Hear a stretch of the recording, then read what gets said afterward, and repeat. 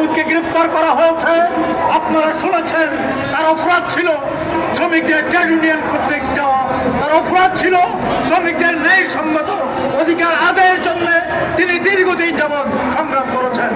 সেলিম মাহমুদকে গ্রেফতার করা হয়েছে, কিন্তু সেলিম মাহমুদকে হত্যা করা, আহত করার ষড়যন্ত্র বিগত সরকার বহুবার চেষ্টা করেছে। এই দীর্ঘ 15 বছর তার বিরুদ্ধে অনেক ষড়যন্ত্র করা হয়েছে। শ্রমিকদের আন্দোলনের মুখে সকল ষড়যন্ত্র ব্যর্থ হয়েছে। আজকেও মনে করি শ্রমিককে গ্রেফতার করে যদি মনে করে মালিক ট্রেড ইউনিয়ন বন্ধ করে দিবে, আর সমস্ত মালিকরা আজকে ওই মালিককে আশ্বাস দিচ্ছে তুমি জবাব নিপড় যা লাগে আমরা তোমার পক্ষে আছি, কোনোভাবে যেন ইউনিয়ন না হয়, কোনোভাবে যেন সমাজতান্ত্রিক শ্রমিক ফ্রন্ট, গার্মেন্টস শ্রমিক ফ্রন্ট সফল না হয়। কারণ আজকে যদি এই সফলতা পায়, সারা বাংলাদেশে শ্রমিক আন্দোলন, শ্রমিক ইউনিয়ন গড়ে তোলার শ্রমিকরা সাহস পাবে। সংগ্রামী বন্ধুগণ, সমাজতান্ত্রিক শ্রমিক ফ্রন্টের এই সংগ্রামী ধারা অব্যাহত থাকবে। আন্দোলন সংগ্রামের মধ্য দিয়ে শ্রমিকদের নেতা শ্রমিকদের মাঝে ফিরে আসবে।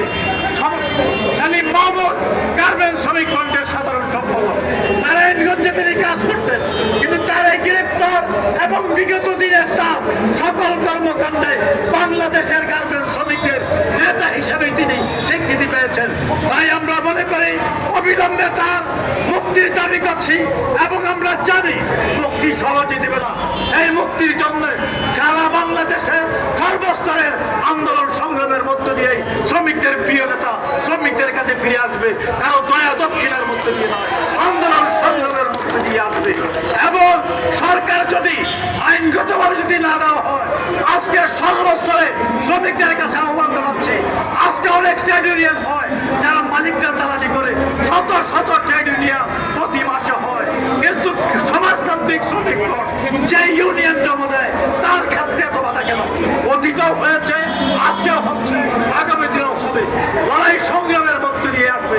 তাই সংগ্রামী বন্ধুগণ, শ্রমিকদের ইউনিয়ন করার দাবিতে, দাবি আদায়ের লক্ষ্যে যদি মুক্তি না দেয়, যদি শ্রমিকদের আমাদের সংগঠনের পক্ষ থেকে শ্রম আইন কমিশনে আমাদের প্রতিনিধি আমরা কাজুজ্জামান রতন যে প্রস্তাবনা রেখেছেন তা যদি সরকার বাস্তবায়ন না হয়, আন্দোলন সংগ্রামের মধ্য দিয়ে প্রয়োজনে হরতাল ধর্মঘটের মধ্য দিয়ে সেই দাবি আদায়ের প্রস্তুতি গ্রহণ করতে হবে।